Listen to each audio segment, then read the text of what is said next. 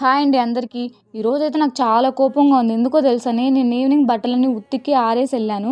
Night doubt వచ్చి పైకెళ్ళి చూస్తే నా బట్టలు అసలు ఆరకుండానే మొత్తం ఉడ్డగా తోసేశారనమాట. సరే అని మళ్ళీ నేను అన్నీ తీసి ఆరేసి వచ్చాను.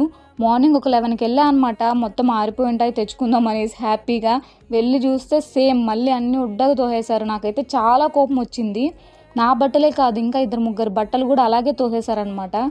అది ఎందుకు చేస్తారో నాకు తెలియదు కానీ నిజంగా మా పీజీలో అయితే కొంతమంది అమ్మాయిలు ఉన్నారనమాట. చాలా వరస్ట్ అసలు. ఎప్పుడు చూసినా ఇలా బట్టలు ఉడ్డగా తోసేస్తారు. అసలు ఆరినాయో లేదో కూడా చెక్ చేయరనమాట. మొత్తం అలా రావడం, తోసేయడం, వాళ్ళ బట్టలు ఆరేసుకోవడము. అదేం పిచ్చి ఆనందమో ఏమో అసలు. నేనైతే నా బట్టలు మళ్ళీ ఆరబెట్టుకొని తెచ్చుకున్నాను. ఈ వాషింగ్ మిషన్ దగ్గర కూడా అంతే. చూడ్డానికైతే 3 ఉంటాయి అన్నమాట. ఒక్కరోజు కూడా ఒక్కటి కూడా ఖాళీగా ఉండదు. ఎప్పుడు క్యూ లైన్ ఉంటుంది అనమాట ఈ వాషింగ్ మిషన్ దగ్గర.